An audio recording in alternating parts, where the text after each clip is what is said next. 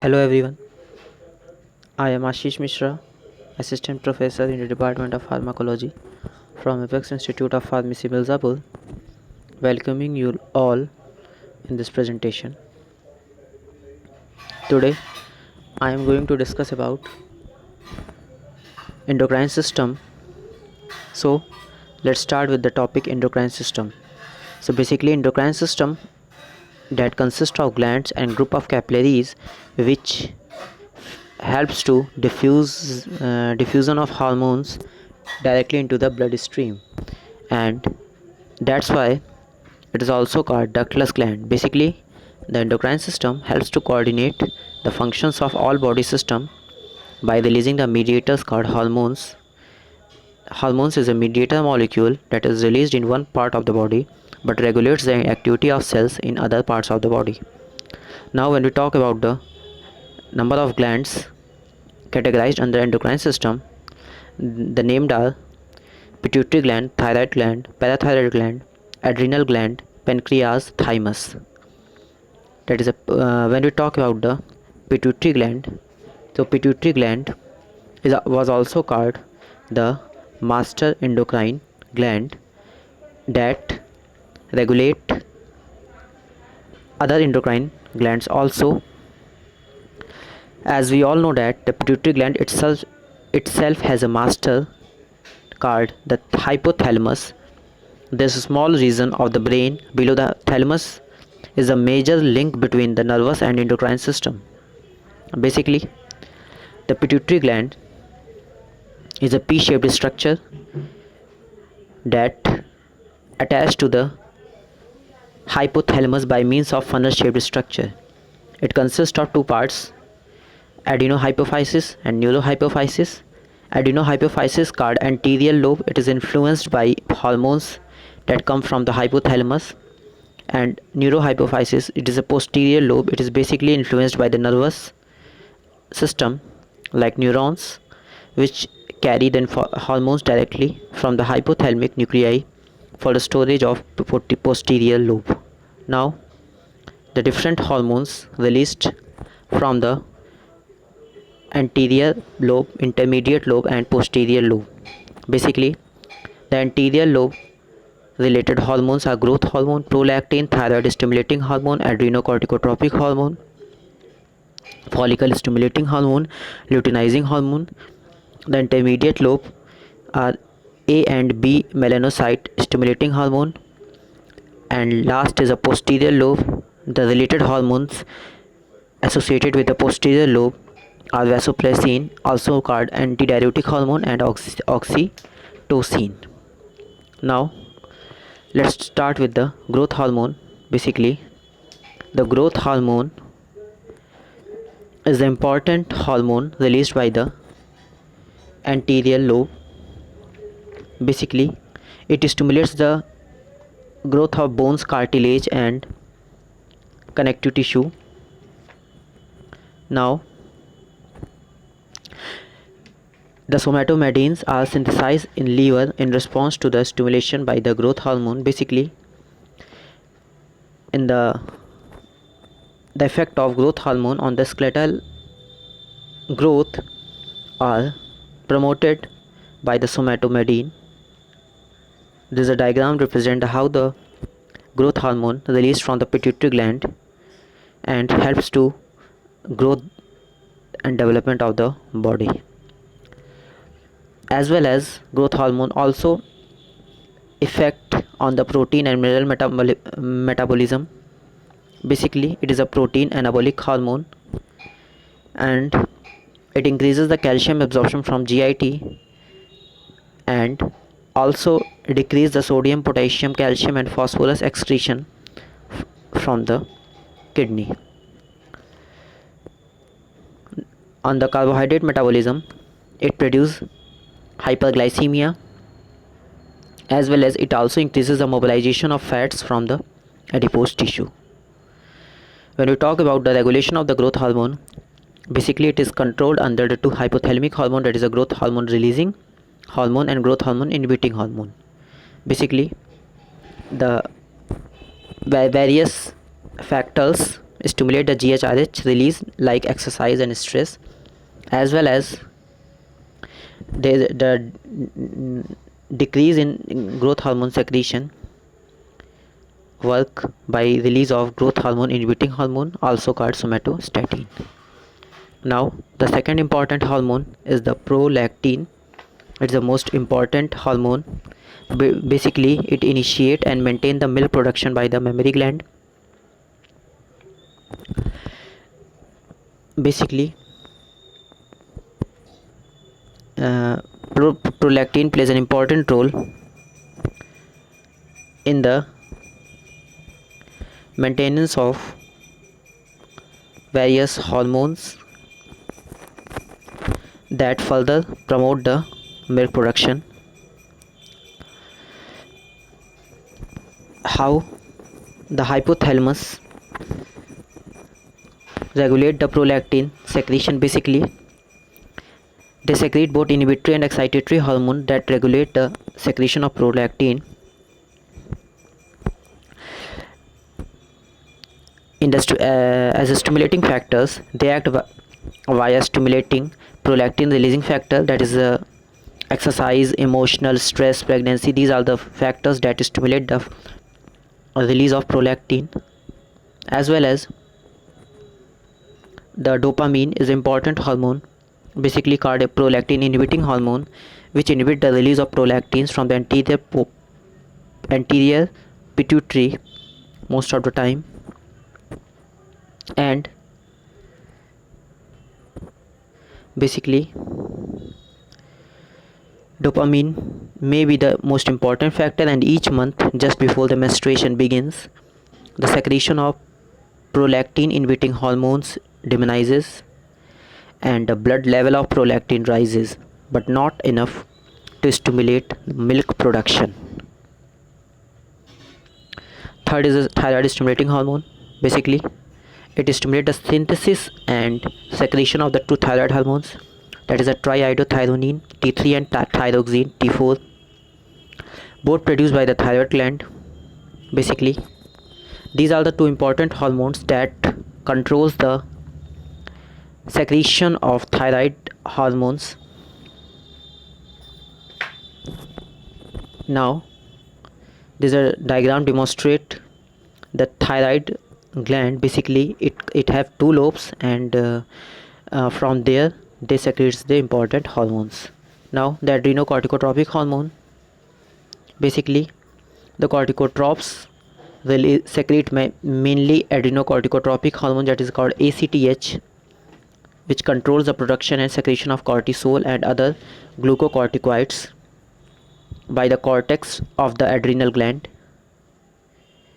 Basically it's corticotropin releasing hormones from the hypothalamus promote the ACTH secretions by the corticotropes.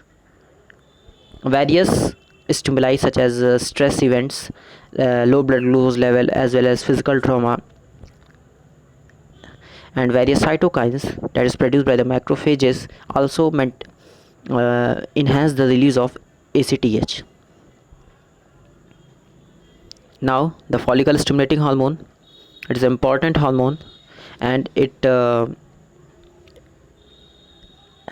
maintains the reproductive system in both the male and female. Basically it regulates the development, growth, pubertal maturation, and reproductive process of the body, mainly secreted by anterior pituitary gland. Now when we talk about the luteinizing hormone, basically it is also produced by the anterior pituitary gland, and in males it triggers the ovulation that release the secondary oocytes by an ovary. Basically it stimulates the formation of corpus luteum, that is a structure formed after ovulation in the ovary, as well as also secrete a progesterone hormone, that is also called female sex hormone, by the corpus luteum. Now in the males it stimulates the cells in the testes to secrete testosterone, is important male sex hormone that is secreted by luteinizing hormone. Now When we talk about the intermediate lobe, it secretes the alpha melanocyte stimulating hormone, beta melanocyte stimulating hormone. Basically, it stimulates the production of melanin, that is important hormone in the skin and hair. Melanocyte stimulating hormone signals to the brain have effects on both appetite as well as sexual arousal. Now, when we talk about the posterior pituitary gland, that is, they have two hormones, antidiuretic hormone, also called vasopressin. It is an important hormone that basically synthesizes in the cells of supraoptic nucleus, and it is a hormone that helps to as its name indicate, antidiuretic means the against urination. That is a substance that helps to decrease the urine production. Basically, antidiuretic hormone cause the kidney to return more water to the blood, further decrease the urine volume. Various pathways responsible for the regulation of secretion and actions of the antidiuretic hormone. As I told, it retains the water in the body as well as it constricts the blood vessel. Now, the next hormone is oxytocin. It is a very important hormone that affects two target tissues, that is the mother's uterus and breast. Basically, during and after delivery of the baby, there is a stretching of the cervix of the uterus, stimulate the release of oxytocin that further enhance the smooth muscles contraction in the walls of uterus. Further, after delivery, it stimulates the milk ejection along with the prolactin hormone. But in the males and in non-pregnant females, its function is not clear. Now, its action is to, as I told earlier, it is stimulate the production of milk as well as contract uterus. Now, the next hormone is the thyroid hormone. Basically, it affects almost every physiological processes in the body. It have two hormones, that is a T3 and T4. It is secreted by the thyroid gland, that is a butterfly shaped gland located just inferior to the larynx. It have two lobes, right and left lobes. Basically, now it contains the various follicles, and these follicles contains the cells, that is follicular cells, and which secretes these hormones. T3 helps to growth, development, metabolism process, body temperature and heart rate, as well as T4 it controls development and maturation. The deficiency of thyroxine results in the delayed development. Now, the third hormone is a calcitonin. It is a very important hormone that helps to regulate the bone calcium level. Basically, it's secreted by the C cells of the thyroid gland. Calcitonin opposes the effects of parathyroid hormone, which acts to increase the blood level of calcium. Now, basically, the regulation of thyroid secretion, it's TSH, that is thyroid stimulating hormone, controls the regulation of thyroid hormone. Basically, the TSH is released by the anterior lobe of the pituitary. It is regulated by the hypothalamus, which is a master via negative feedback mechanism, and that further decrease the function, and it occurs due to the various stimulus. Now, the next gland is a parathyroid gland. In humans, there are normally 4 parathyroid glands which is present in the inferior region of the thyroid gland. Basically, it's very important glands for the life, as well as because their removal can cause the death. The function is to secrete the parathyroid hormone that maintains the blood calcium level. Parathyroid glands contain the chief cell, is a very important cell that basically secretes the parathyroid hormone of the parathyroid gland. Next is the pancreas. It is the structure of pancreas, basically important organ of the body. Basically, when we talk about the pancreas, it is the it is the hormones that that contain both endocrine gland and exocrine gland. Basically, it is the organ that is located in the curve of the duodenum. Duodenum is basically the first part of the small intestine, which have head, body, and tail. Basically,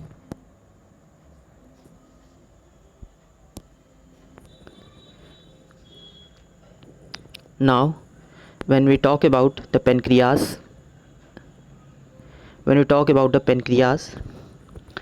it have various cells, exocrine cells, basically arranged in the clusters called acini, and which produce the digestive enzyme, basically. And among the exocrine acini, there are the millions of tiny clusters of endocrine tissue called pancreatic islets, or as we know, islets of Langerhans. Basically, these islets of Langerhans contains the 4 types of hormone, that is alpha cell that basically secrete a glucagon, beta cell that basically secretes the insulin, delta cell that basically secretes the somatostatin, as well as F cell or pancreatic polypeptide that basically secretes pancreatic polypeptide hormone, F cell. Basically, when we talk about the hormone, it is a very important hormone that regulate the metabolism process. It basically increases the glucose entry into the most of the body cells, that further prevent the person from diabetes, because in the diabetic patient, basically the hyperglycemia is the main symptoms, but insulin helps to utilize the glucose by the cells, as well as it also promotes the amino acid uptake, it decreases the protein breakdown, and it promotes the synthesis of protein, especially in the muscles. When we talk about the glucagon, it is basically opposite action in comparison with the insulin. It acts mostly on the liver and adipose tissue, where it antagonizes the insulin action. Basically, it stimulates the glycogenolysis. Glycogenolysis means the breakdown of glycogen into glucose, and it promotes the gluconeogenesis, basically the formation of glucose. Basically, the glucagon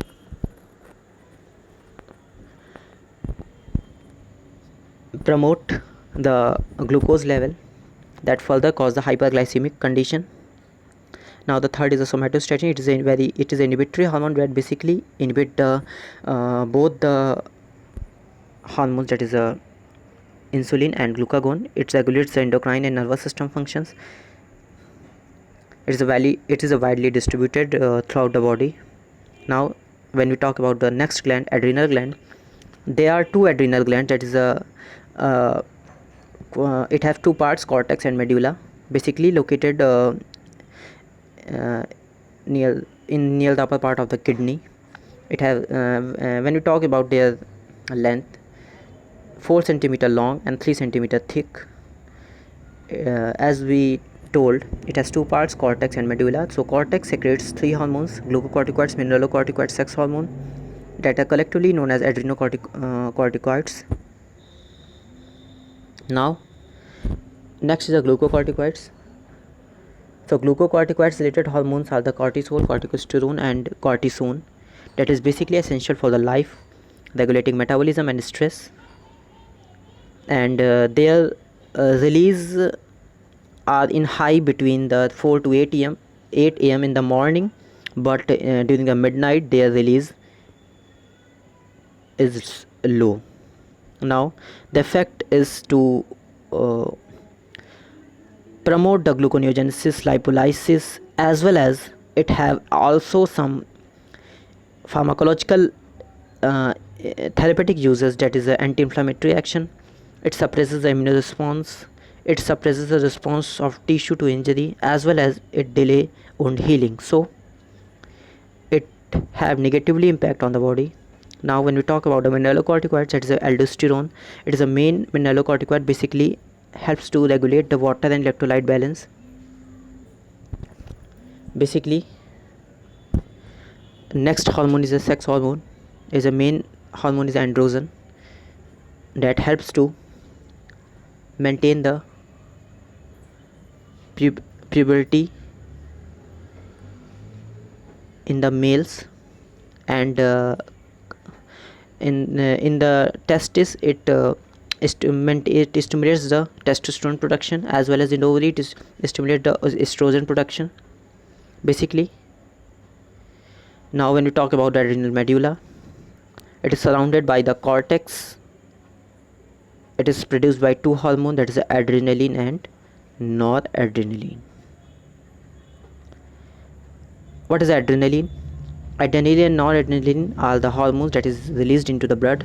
Basically, they increase the heart rate, they increase the blood pressure, they increase the metabolic rate, and they dilate the pupils. Basically, these are the hormones regulating by the sympathetic nervous system.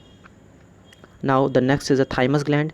It is located in the anterior part of the upper mediastinum. They are during the different parts of the life, their weight remains different. It basically initiates and maintains the T lymphocytes that is required for the development of immunity. As we tell that thymus gland helps to maintain the immune system of the body. Thank you very much for your patience.